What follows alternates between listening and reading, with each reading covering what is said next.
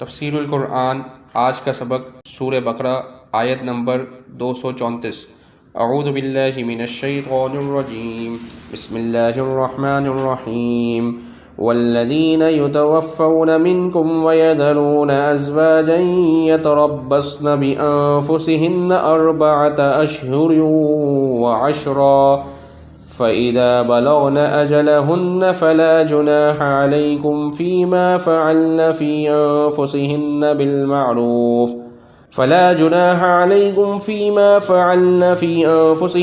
بِالْمَعْرُوفِ وَاللَّهُ بِمَا تَعْمَلُونَ خَبِيرٌ۔ ترجمہ: اور تم میں سے جو لوگ وفات پا جائیں اور بیویاں چھوڑ جائیں تو یہ بیویاں اپنی جانوں کو روکے رکھیں 4 مہینے 10 دن، پھر جب وہ پہنچ جائے اپنی میعاد کو سو تم پر کوئی گناہ نہیں اس بات میں کہ وہ عورتیں اپنی جانوں کے بارے میں خوبی کے ساتھ کوئی فیصلہ کر لیں، اور جو تم کرتے ہو اللہ اس کی خبر رکھنے والا ہے۔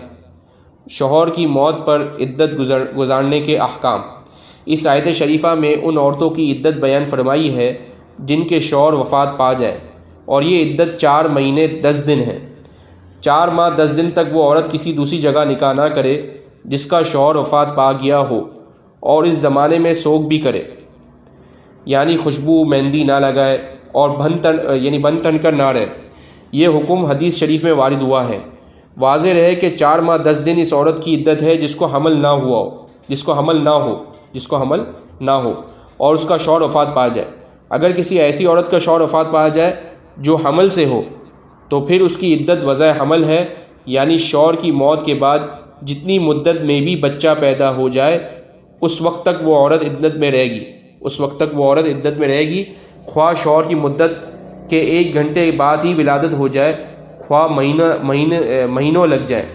یہ مضمون سورہ طلاق کی آیت وَأُولَاتُ الْأَحْمَالِ أَجَلُهُنَّ أَن يَضَعْنَ حَمْلَهُنَّ میں بیان فرمایا ہے، اور سوگ کرنا بھی اس کے لیے واجب ہے۔ وآخر دعوانا ان الحمد للہ رب العالمین۔